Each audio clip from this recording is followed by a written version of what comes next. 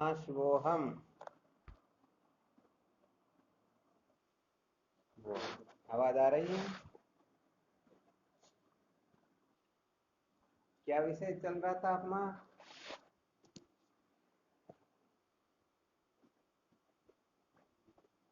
संसार को बनाए रखकर कभी भी सत्य का साक्षात्कार नहीं किया जा सकता। और इस जगह पर हम संसार का जो स्वरूप विचार कर रहे हैं, कहां से प्रारंभ कर रहे हैं?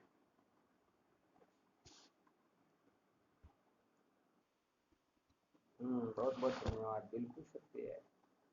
कहने का मतलब कर्म धन भोग,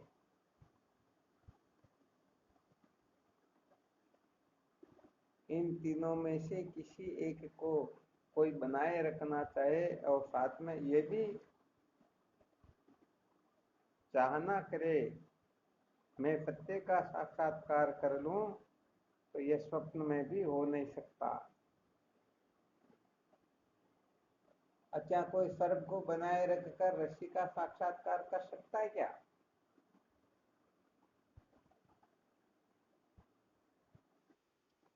हाँ, क्योंकि दो ही विकल्प हो सकते हैं। यदि सर्प है तो वहां पर ऋषि का अप्रोक्ष ज्ञान नहीं होगा, प्रोक्ष ज्ञान तो हो सकता है। क्योंकि इदम किंचित अस्ति, यहाँ पर अस्तिपना ऋषि के लिए ही कथन किया जा रहा है। परंतु साधारण दृष्टि से देखा जाए तो जब सर्प की कल्पना होती है तब रस्सी का बाण नहीं होता है, और जब रस्सी का बाण होता है तब सर्प की कल्पना का निराकरण हो जाता है। दो में से एक ही होगा ना, या दोनों साथ हो जाएंगे?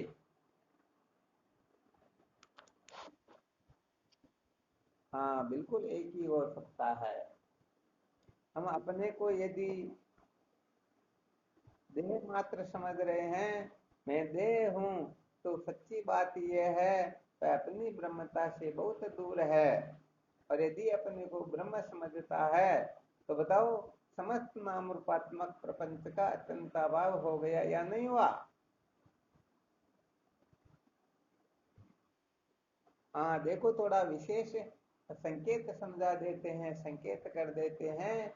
ब्रह्म दृष्टि से देखा जाए तो विद्या नाम की कोई वस्तु नहीं होती है। ध्यान देना अच्छी तरह से।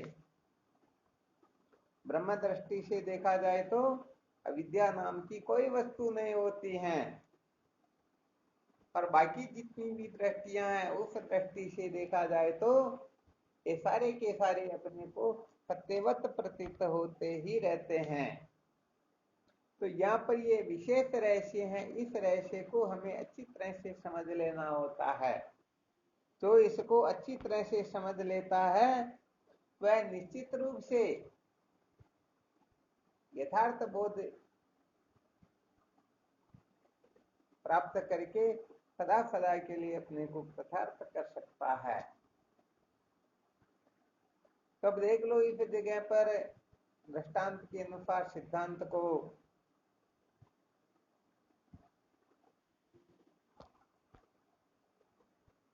संकेत समझ में आ गया ना?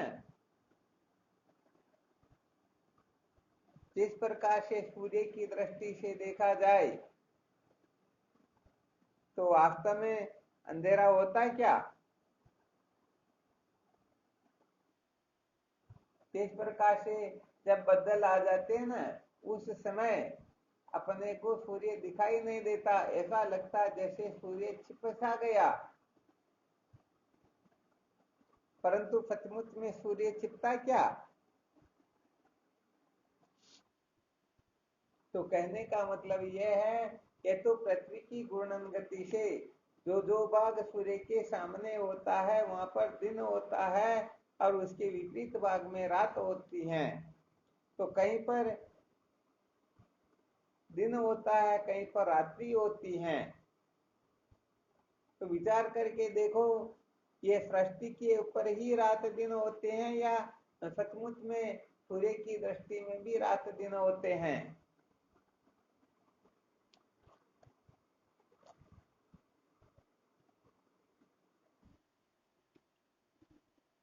सूर्य की दृष्टि में सचमुच में न रात, रात तो होती ही नहीं। बस ऐसे ही जिनको ब्रह्म साक्षात्कार होता है तो उनकी दृष्टि में, कहने का मतलब ब्रह्म के सिवाय और कोई वस्तु होती ही नहीं, अर्थात सब ब्रह्म स्वरूप है, ब्रह्म से भिन्न और कुछ है ही नहीं। अच्छा, इसके लिए कोई ऐसा दृष्टांत या ऐसा कोई संकेत कर सकते हो क्या कि जिससे ये सिद्ध हो जाए ब्रह्म साक्षात्कार के पश्चात सर्वत्र ब्रह्म का ही भान होता है, ब्रह्म के सिवाय और कुछ होता ही नहीं।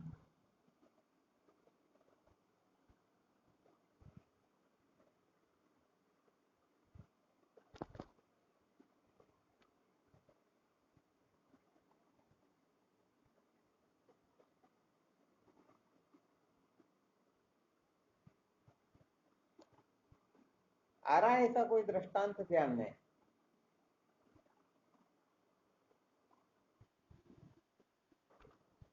हाँ शिवम बताओ।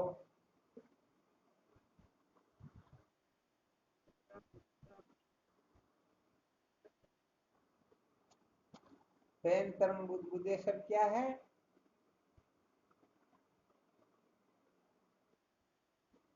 हाँ बिल्कुल ठीक बात है। तो यहाँ पर क्या सिद्ध हुआ?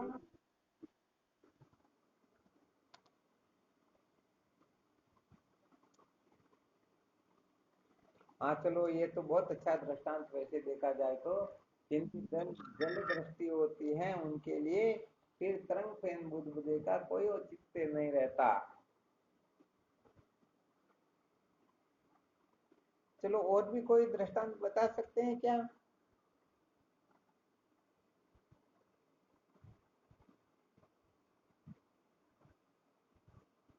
कहने का मतलब जिधर भी देखेंगे उधर वही वस्तु दिखाई देगी, ऐसा कोई दृष्टांत ध्यान में आ रहा हो तो बताओ।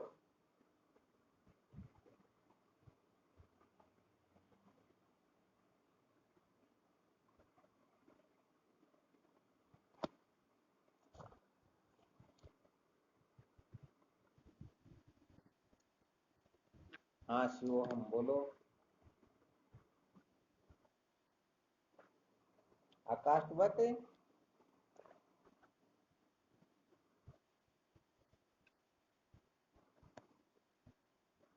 हाँ नहीं, वो तो बिल्कुल सिद्धांत है, इसका खंडन तो करने की किसी में सामर्थ्य ही नहीं है। यहाँ पर थोड़ा संक्षेप से ऐसा किया जा रहा है कि एक ऐसा दृष्टांत देना है जिस दृष्टांत से ये सिद्ध हो जाए कि जिनको ब्रह्म साक्षात्कार होता है उनके लिए सर्वत्र ब्रह्म ही ब्रह्म भासमान होता है, ब्रह्म के सिवाय और कोई दूसरी वस्तु भासमान होती ही नहीं।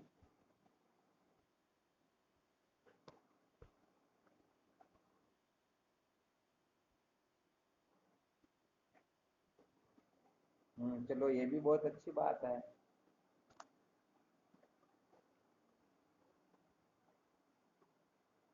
जिस रंग का हम चश्मा लगा लेंगे तो जिधर भी देखेंगे वह उसी रंग का दिखाई देगा, बहुत अच्छी बात है। अच्छा, वह दृष्टांत वेदांत के बड़े बड़े ग्रंथों में आया हुआ, इसलिए तो मैं सोच रहा हूँ थोड़ा उसका भी जिक्र हो जाए ना।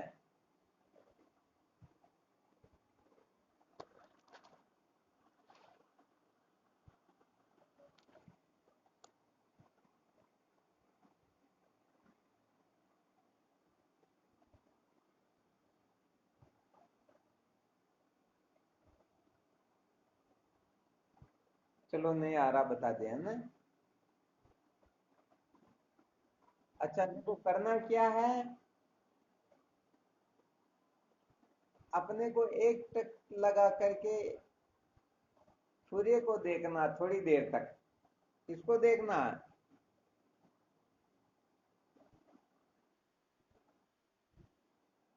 ठीक है ना?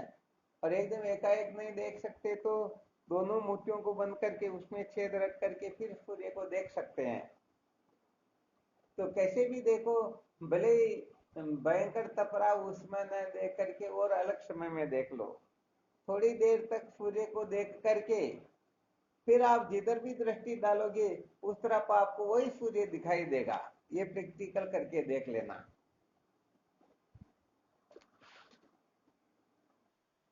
ठीक है ना? तो जैसे सूर्य का दर्शन जिन्होंने कुछ समय के लिए कर लिया हो, पर जिधर भी दृष्टि डालेगा उस तरफ उसको सूर्य ही सूर्य भासमान होगा। ऐसे ही जिनको सचमुच में ब्रह्म साक्षात्कार होता है, पर जिधर भी देखेगा जो कुछ भी दिखाई देगा ब्रह्म के सिवाय और कुछ दूसरा दिखाई देगा ही। थोड़ा ये आपकी जानकारी के लिए, वरना पहले जो 2-3 दृष्टांत दिए गए साधकों ने वो सबका सही, गलत किसी का भी नहीं है। ये कहने का मतलब अज्ञानी से अज्ञानी भी यदि कहे कि हमारे को सिद्ध करके बताओ तो हम उसको इस प्रकार से अच्छी तरह से समझा सकते हैं। कोई संशय?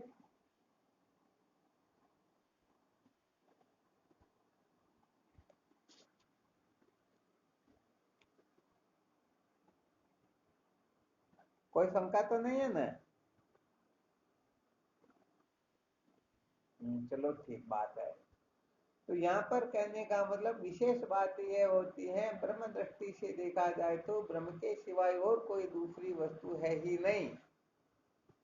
और अनात्म दृष्टि से देखा जाए और किसी भी दृष्टि से देखा जाए तो ये सारा का सारा नानात्व प्रतीत ही होगा। तो इसका मतलब सचमुच में यथार्थ दृष्टि जो है वह ब्रह्म दृष्टि है, या ये चरम दृष्टि आदि जो ये यथार्थ है?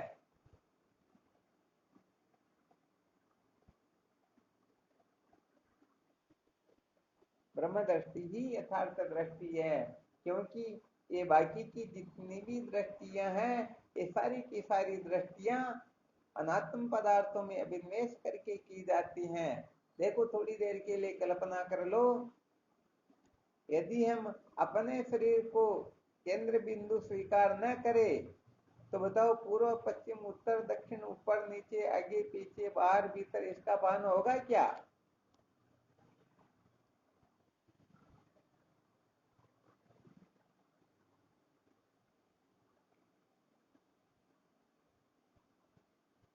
क्या बात? कोई बोले नहीं, इसका मतलब भान हो जाएगा बिना देह को केंद्र बनाए ही।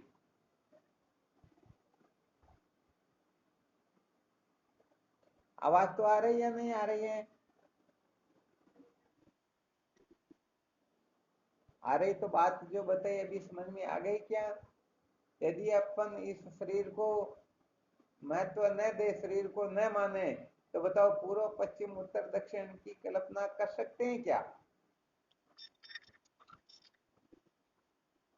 हाँ, बिल्कुल भी नहीं कर सकते हैं। इसके लिए एक दृष्टांत बहुत बार दिया हुआ है। ऐसे समझो 4 व्यक्ति आमने सामने बैठे हुए हैं और उनके बीच में कोई वस्तु रखी हुई है, समझो मोबाइल रखा हुआ है। अब उसके लिए चारों से अलग अलग प्रश्न किया जाए,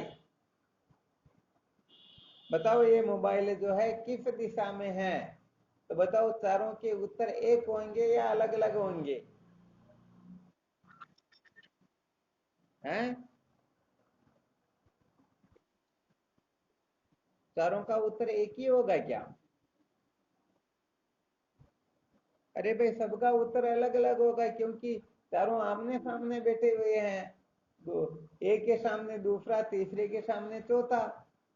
तो एक का मुंह पूर्व दिशा में है, एक का पश्चिम दिशा में है, एक का उत्तर दिशा में और एक का दक्षिण दिशा में मुंह है। तो जो कहने का मतलब पूर्व दिशा की ओर मुंह करके बैठा हुआ है, भाई यही तो कहेगा भाई ये मोबाइल जो है पूर्व दिशा में रखा हुआ है। और जिसका मुंह पश्चिम दिशा की ओर है वह ये कहेगा कि ये मोबाइल पूर्व दिशा में है। वह तो पश्चिम दिशा की कहेगा ना। अच्छी तरह से थोड़ा ठंडे दिमाग से सोच करके विचार करके निर्णय ले लो। बताओ चारों अलग अलग उत्तर देंगे या एक ही उत्तर होगा? उफलाल जी क्या होगा?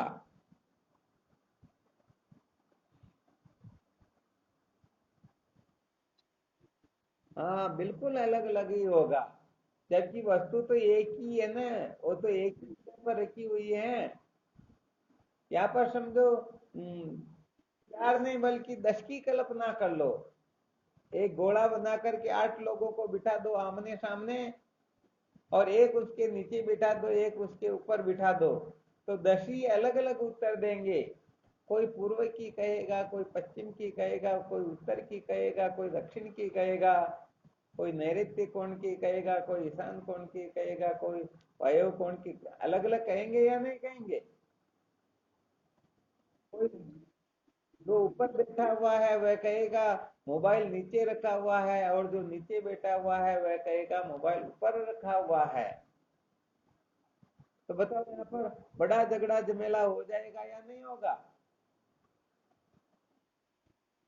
तो अब इस जगह पर विचार करके देखो, 10 में से किसी व्यक्ति की दृष्टि जो है वो यथार्थ है, किसकी दृष्टि सही है?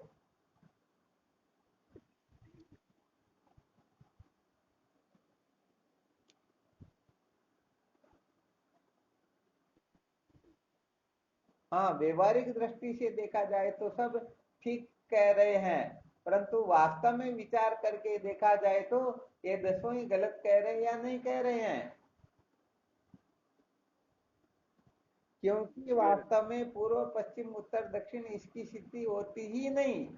ये तो हम अपने को देह समझ लेते हैं, या कुछ न कुछ केंद्र बिंदु बना लेते हैं, तभी पूर्व पश्चिम उत्तर दक्षिण का भान होता है। वरना वास्तव में देखा जाए तो ये सारा का सारा कल्पना मात्र है, इनकी सत्ता ही नहीं है।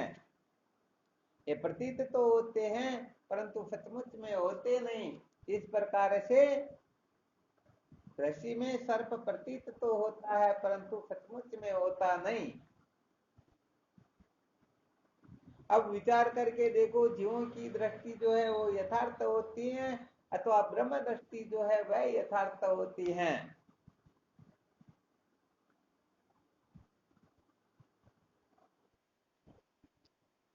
ब्रह्म दृष्टि ही यथार्थ होती है, अर्थात जिन्होंने अपने आप को ब्रह्म जाना, मैं ब्रह्म हूं, उनके लिए सब ब्रह्म ही है।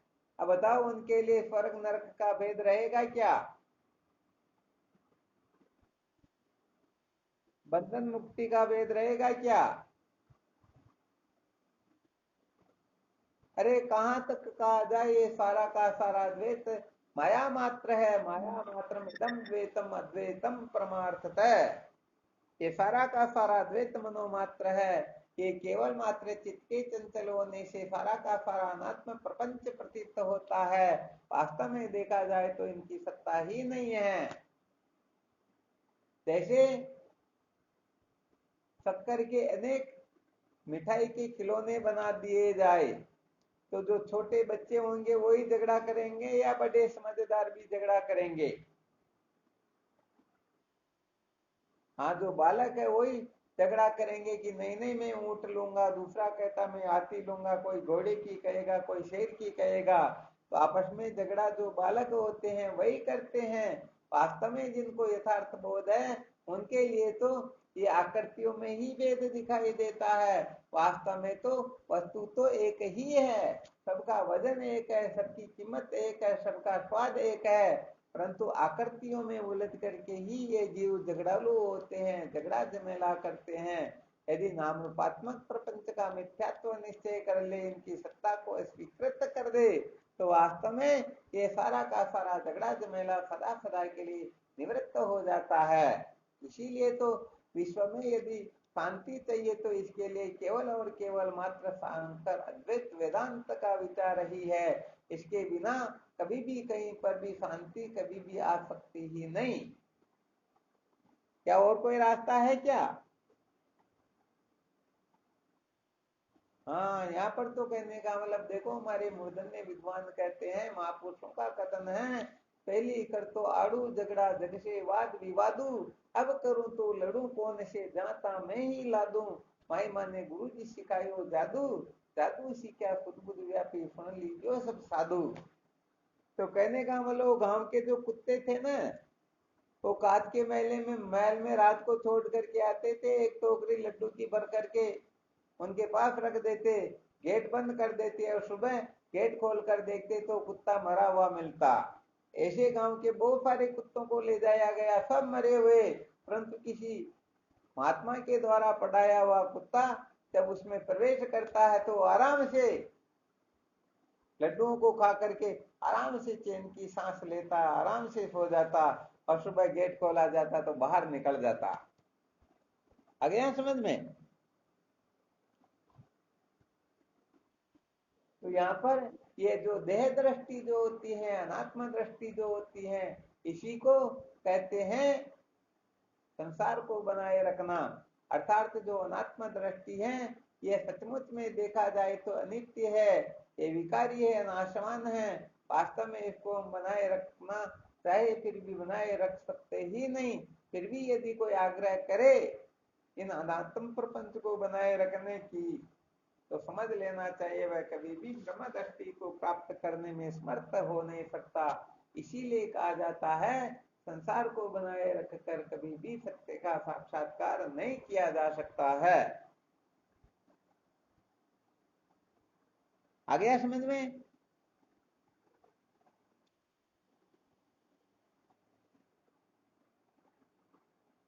चलो बहुत अच्छी बात, यदि समझ में आ जाए तो समझो हम सचमुच में निहाल हो जाएंगे, बात कुछ और हो जाएगी। और यदि समझ में नहीं आया तो सच्ची बात यह है, भटकने के सिवाय, रोने पछताने के सिवाय कुछ भी मिलने वाला है ही नहीं। अच्छा, अब विचार करके देखो, अपने को महत्व ब्रह्म दृष्टि को देना चाहिए या ये अनात्म दृष्टि जो अनादिकाल से हमें जन्म मृत्यु की श्रृंखला में भटका रही है, इसको महत्व देना चाहिए? किसको देना चाहिए? हाँ देखो, थोड़ा ये संकेत कर देते हैं, सचमुच में श्रुति युक्ति अनुभूति के द्वारा जिनको तत्व साक्षात्कार होता है, ऐसे महापुरुषों का तो कुछ वर्णन किया जा सकता ही नहीं। परंतु थोड़ा आपको संकेत कर देते हैं कि यदि कोई कल्पना भी कर ले, यथार्थ बोध नहीं हो भले ही, परंतु कल्पना भी कर ले, तो देखो उनके जीवन में भी क्या दिव्यता प्रकट हो जाती है, ये थोड़ा संकेत करे, ध्यान देना। अच्छा समझो, इस जगह पर किसी को ब्रह्म साक्षात्कार नहीं हुआ, बल्कि वह केवल मात्र कल्पना कर लेता है मैं ब्रह्म हूं। तो बताओ, ऐसी कल्पना करने के पश्चात बाकी की जितनी भी अनादिकाल से कल्पनाएं हम करते आ रहे हैं, इस कल्पना के साथ में बाकी सारी की सारी कल्पनाएं एक साथ रह लेगी क्या?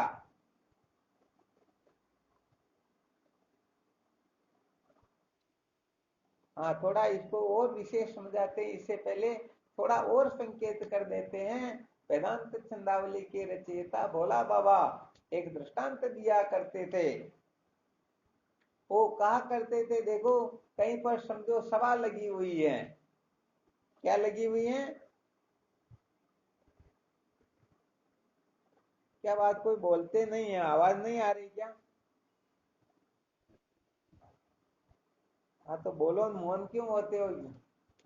थोड़ा पावर रहना चाहिए ना, पता तो लगना चाहिए आप सुन रहे हैं।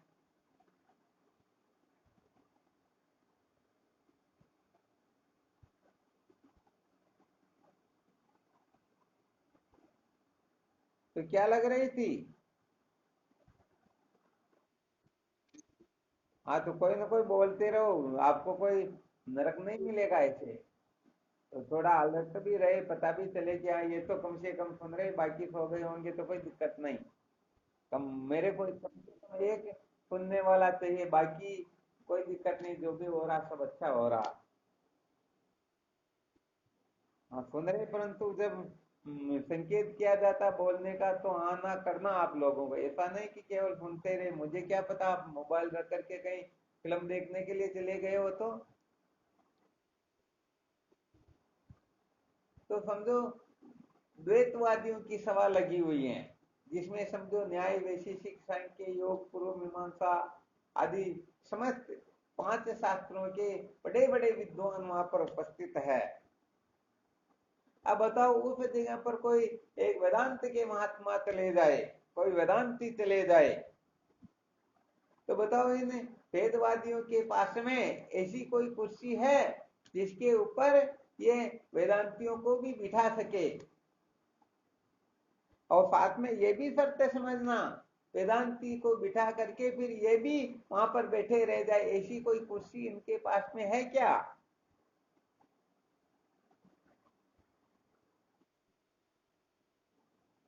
हाँ, क्योंकि जहाँ वेदांत का ढिंडोरा होता है, जहाँ वेदांत का बेरी घोष होता है, वहां पर तो कहने का मतलब समस्त वेदवादी पता नहीं किस बिल में जाकर के छिपते हैं। क्योंकि ज्ञाते वेतम न विद्यते, जहाँ सूर्य उदय होता वहां पर अंधकार नाम की कोई वस्तु शेष रहती ही ये सारा का सारा अनात्म प्रपंच जब कर भस्म हो जाता है, वहां पर फिर द्वैत नाम की कोई वस्तु न रहने से वेदवादियों के पास पहली बात तो यह कि ऐसी कोई कुर्सी है ही नहीं, ये इनको बिठा दे। और यदि कोई कुर्सी हो इनको बिठाना चाहे, बिठाने के बाद में वो जीत रह जाए, ये संभव ही। ये बात कौन सुना रहे हैं?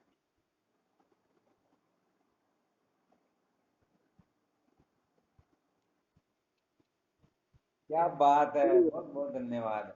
भोले बाबा जो दृष्टांत सुनाते थे उसमें ऐसा कहा करते थे। अब समझो किसी अद्वैतवादियों के यहाँ पर कोई सभा लगानी है, सभा लग रही समझो, और वहां पर 5 शास्त्र के बड़े बड़े विद्वान भी आ जाए, तो बताओ अद्वैत वेदांत की जो सभा है उस सभा में सबको स्थान मिल सकता है या नहीं मिल सकता है? सबके लिए कुर्सी की व्यवस्था हो जाएगी या नहीं होगी?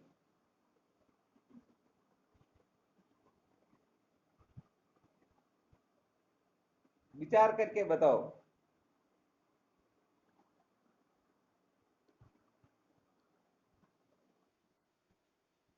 प्रश्न समझ में नहीं। क्या हुआ?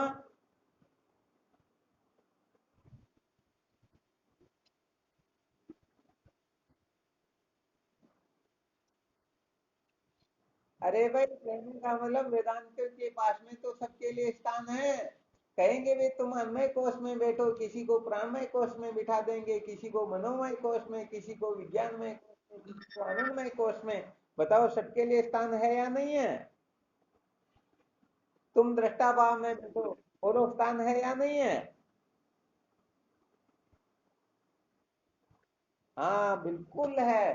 तो कहने का मतलब वेदांत के पास में सबकी व्यवस्था है, परंतु यदि वेदांती किसी के यहाँ पर चले जाए, समझो राष्ट्रपति के वहां पर चाहे कैसा भी पदधारी क्यों न जाए, कैसा भी मंत्री आदि क्यों न जाए, सबके लिए बैठने का स्थान, बैठने के लिए स्थान है या नहीं है? परंतु राष्ट्रपति यदि किसी के यहाँ चले जाए तो बताओ ऐसी कोई कुर्सी है जिस पर महामहिम विराजमान हो सके? नहीं है ना। तो बस यहाँ पर यही समझ लेना है। तो ये थोड़ा संकेत किया गया, वापस पुनः अपने विषय पर आ जाते हैं। समझो एक साधक कल्पना कर लेता है मैं ब्रह्म हूं, तो बताओ ऐसी कल्पना करने के पश्चात और बाकी कोई कल्पना शेष रह सकती क्या? हाँ बिल्कुल नहीं रह सकती। अर्थात देखो थोड़ा विस्तार करके समझा देते हैं। ऐसे आप सब लोग विद्वान हो, ऐसी कोई बात तो है नहीं, सब समझ गए होंगे। जिन्होंने निश्चय किया हो अथवा समझो कल्पना ही कर ली हो, जैसे खेल में कोई हरिश्चंद्र का पाठ कर रहा हो, तो जिस समय वह हरिश्चंद्र का पाठ करता है उस समय मैं ये हूं या वह हूं, उसका बाप हूं, उसका बेटा हूं, ऐसा चिंतन चलता है क्या?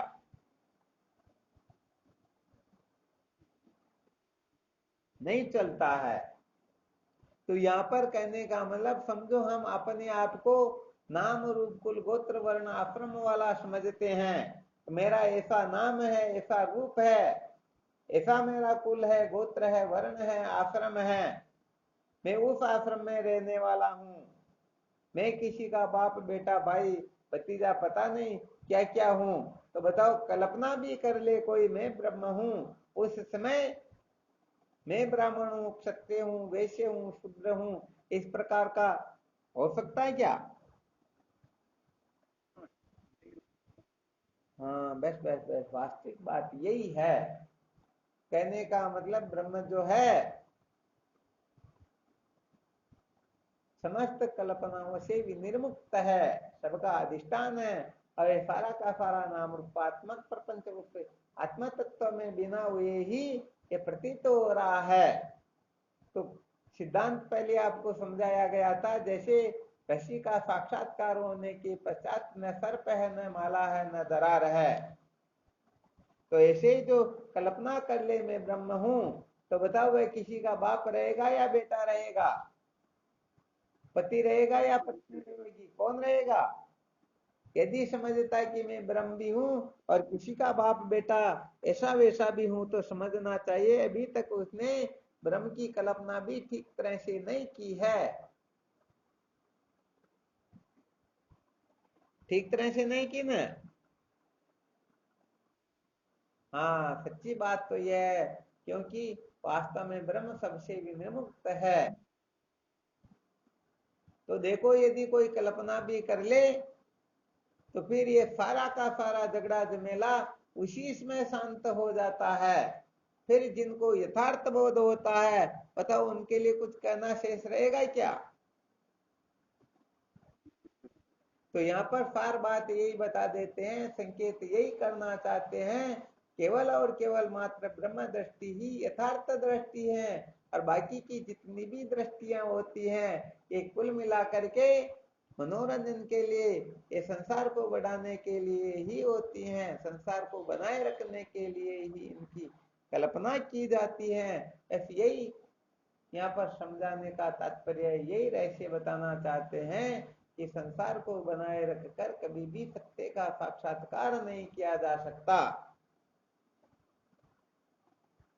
तो आप यदि अपने को समझते हो मैं ब्राह्मण हूं, तो आप ब्राह्मण हो सकते हो, परंतु आप ब्रह्म नहीं हो सकते हो। और यदि आप समझ लो मैं ब्रह्म हूं, तो उस जगह पर ये सारा का सारा प्रपंच सदा सदा के लिए बाधित हो गया, फिर इनकी कल्पना भी शेष नहीं रहेगी। या रहती हो तो थोड़ा संकेत करके बता सकते हो।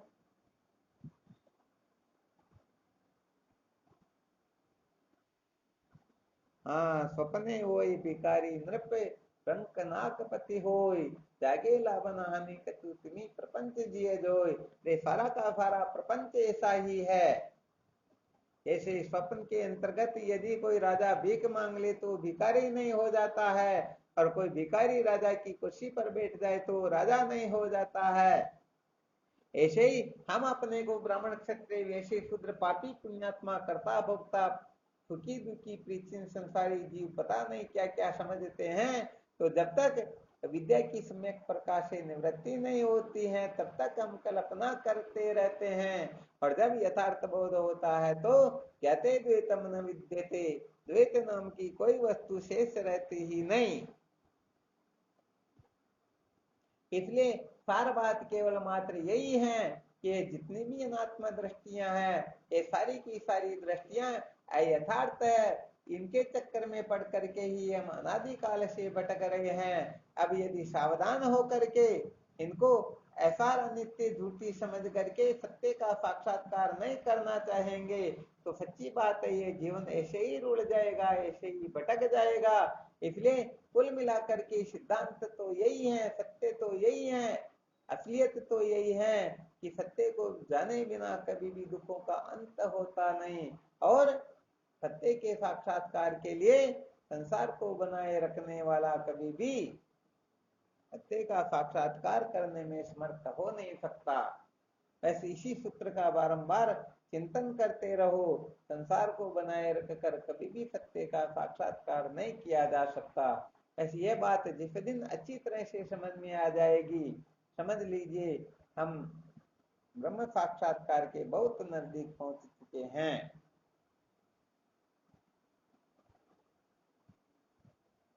चलो ठीक, फिर इसमें कोई शंका संशय हो तो देख लो।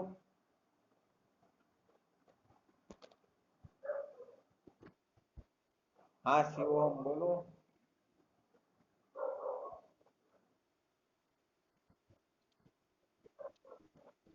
हाँ बिल्कुल बोलो।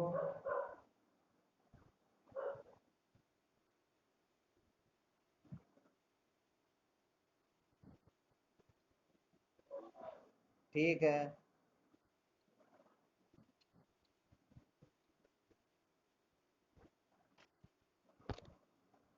वैसे बात तो बिल्कुल सत्य है, परंतु ये तो बहुत कम बताया समझो।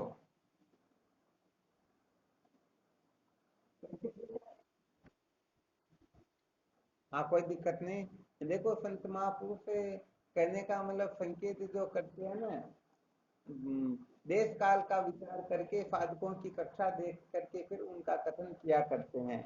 वरना वास्तविक बात तो यह है ना, वाजिमेद सहस्राणी राजस्व शतानी च, वाजपेयी सहस्राणी अश्वमेधेन शतानी च, एकस्य ज्ञान योगस्य कला नाहरंती षोडशीम। कोई हजारों वाजीमेद यज्ञ करे, हजारों वाजपेयी यज्ञ करे, हजारों राजस्व यज्ञ करे और हजारों अश्वमेध यज्ञ क्यों ना कर ले, परंतु ये एक ज्ञान योग की 16वीं कला के बराबर भी नहीं होते हैं। हाँ तो ब्रह्म विद्या का तो बड़ा विलक्षण फल है। सच्ची बात यह है, कुल मिलाकर के ये सुनने को मिल रहा ना। देखो हमारे शास्त्र संत महापुरुष क्या संकेत करते हैं, कठोपनिषद में बहुत अच्छी तरह से वर्णन किया गया। इनको इतना दुर्गम इतना दुर्लभ बताया गया है कि बहुतों को तो ये ब्रह्म विद्या सुनने को भी नहीं मिलती है। कहने का मतलब पहाड़ों में सिर को पत्थरों से रगड़ रगड़ करके वो पत्थर भी, कहने का मतलब पत्थरों के भी एक तरह से वो गड्ढा बन जाता है। ऐसी स्थितियां क्यों ना हो जाए, उनको भी ब्रह्म विद्या सुनने को नहीं मिलती है। अब ये क्या होता है कि जिनको सस्ते में मिलने लग जाती तो फिर कहने का मतलब वो इनका आदर नहीं करते हैं। इसीलिए थोड़ा संकेत बार बार इसीलिए करते हैं कि कर्म धन भोग का सम्यक प्रकार से को सदुपयोग करेगा तो समझो थोड़ा बहुत अपन ऋण चुका सक रहे हैं। वरना सच्ची बात है, ये फोकट की विद्या जीवन में फलित होने वाली नहीं है। समझ में आ रहा है ना। हम संसार को बनाए रख करके फिर ही सत्य का साक्षात्कार करना चाहते। हमारे कर्म धन भोग पर किसी प्रकार की आंच न आए और अपने को ब्रह्म साक्षात्कार भी हो जाए, ये कहने का मतलब ना समझी बहुत सारे लोगों में बैठी रहती हैं। तो सचमुच में ये ब्रह्म विद्या के महत्व से वंचित रह जाते हैं। क्योंकि ब्रह्म विद्या का महत्व तो इतना दुर्लभ है, इतना दुर्लभ है कि कहने का मतलब आज दिन तक जो कुछ भी कर्म धन भोग हमने भोगे संग्रह किया, जो कुछ भी प्राप्त किया, इनका सबका सारा का सारा एकत्रित रूप भी ब्रह्म विद्या के एक अक्षर के करोड़वे अरबे खरब के बराबर भी नहीं हो सकता। परंतु अब ये रहस्य समझे तब है। आ रहा है समझ में। हाँ आ रहा तो बिल्कुल। इस तरह से यदि कोई समझ लेंगे तो सच्ची बात यह है, कहने का मतलब या कर्म धन भोग की तो बात क्या होती है, यदि सिर भी कटाना हो तो मैं तैयार हूं, तब समझो उस साधक में सचमुच में ब्रह्म जिज्ञासा की योग्यता है। वरना तो क्या, पहले ही डरते रहते रे, पता नहीं हमको कुछ कह देंगे, हमारा ऐसा वैसा हो जाएगा, हम बर्बाद हो जाएंगे। समझ लीजिए वो बहुत भोले जीव हैं। ब्रह्म विद्या का महत्व अभी तक समझ में आया नहीं, क्योंकि उनकी महत्व बुद्धि कर्म धन भोग के अंतर्गत ही है। इनको ही वो सुरक्षित रखना चाहते हैं, जबकि सचमुच में कल्प कल्पांतर तक कोई भी कैसी भी कलाएं क्यों न लगा ले, फिर भी ये नष्ट होने वाले हैं, ये सचमुच में रहने वाले हैं ही नहीं। तो ये ब्रह्म विद्या का तुम्हारा सच्ची बात कहे ना, वो कहते ना, हरिया जाने रूकड़ा उन पानी रो ने, यो सूखो लकड़ो कही जाने कद बस्यो है मैं।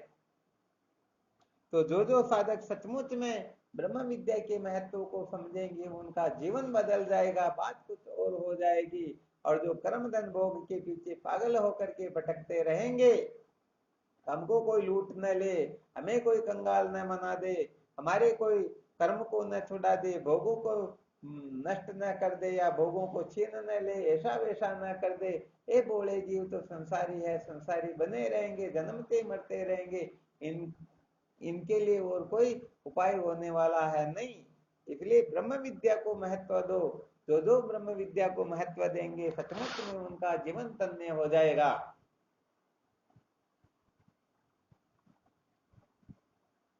आ गया समझ में?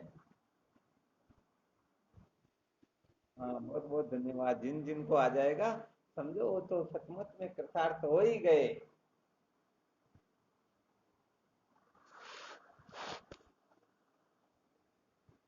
कहने का मतलब शास्त्रों में सुनने को मिलता, भजन भी हम बोलते हैं, ब्रह्म वेता गुरुदेव बेचे तो बिक जाना।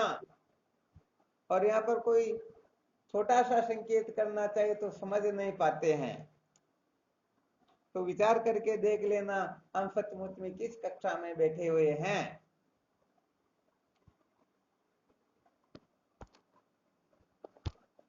चलो ठीक, और भी कोई शंका हो तो देख लो।